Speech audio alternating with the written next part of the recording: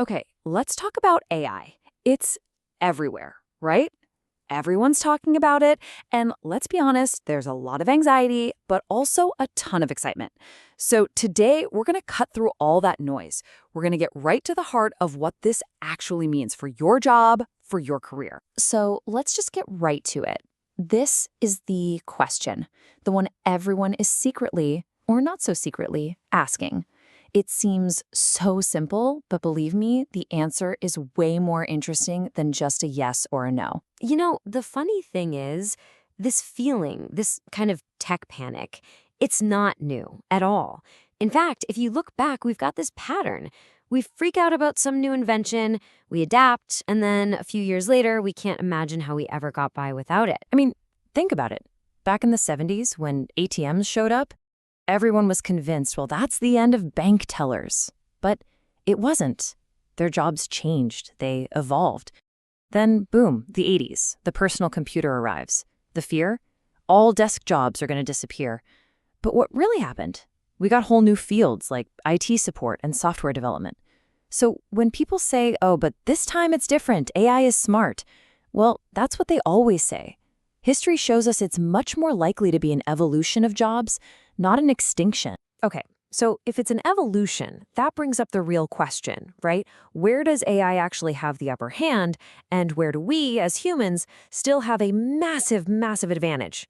Look, some repetitive jobs probably will go away, but that is so far from the whole story. Let's break it down. On one side, you've got AI strengths, and it's a beast at repetitive stuff, right? Chewing through giant piles of data, answering the same old questions, spitting out basic content or simple code. It's a workhorse. But then you look at the human side, and these aren't just skills, these are like our superpowers. We're talking about true creativity, that unique voice. We're talking about strategic thinking, seeing the big picture. Empathy, emotional connection, real leadership. These are things an AI can mimic, sure, but it can't feel. It can't truly replicate them. And let's make this super practical. Think about customer service. A chatbot is great for, hey, where's my package? Easy. But when a customer is genuinely upset and their problem is complicated, you need a human to navigate that, to calm them down. Or what about writing? Yeah, an AI can pump out 1,000 generic blog posts, but it can't tell your story from your experience. It can't have that flash of insight that changes everything. And let's be real, when the stakes are high, when it's an important emotional decision, we trust people. We just do. Okay, this next part is maybe the most important mindset shift in this whole explainer. I want you to stop thinking of AI as your replacement. Instead, what if it's your new coworker? A really, really powerful one. Thinking of it that way, it changes the entire game. Just imagine this. This designer, they're not getting replaced. Not at all. They're becoming like 3 times, maybe even 10 times more productive. They're more valuable. They use the AI to brainstorm, to get the boring stuff out of the way, and then they use their human talent, their creativity, to pick the best ideas and make them amazing. They're not losing a job, they're creating more value, which means more opportunities. And this is just like other big tech shifts we've seen. You've probably heard the one about cars and horses, but it's such a perfect analogy. Sure, when cars came along, jobs for blacksmiths and stable hands, yeah, they disappeared. But look at what was created. A whole new world of jobs in manufacturing, building roads, being a mechanic, running motels. You get the idea. It's not a one-for-one replacement. It's a total transformation. And that's exactly what's happening now. And hey, this isn't some far-off futuristic theory. These jobs are real right now. Prompt engineer, AI ethicist, human AI workflow designer. I mean, just think about that last one. These are jobs people are getting hired for today that you couldn't have even imagined 5 years ago.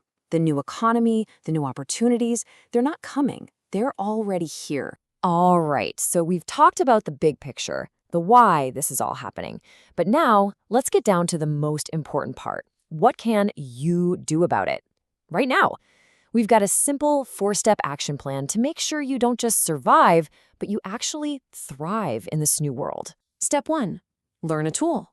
Seriously, you have to get your hands dirty. Pick one AI tool that's relevant to what you do and just play with it. You can't learn to swim from the shore. Step 2, Double down on your human skills. All that stuff we talked about, creativity, critical thinking, emotional intelligence, leadership, that's your gold. Nurture it.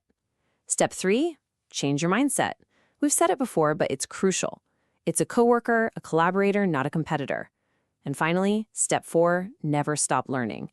Technology is moving fast, and the most valuable skill you can have is being adaptable.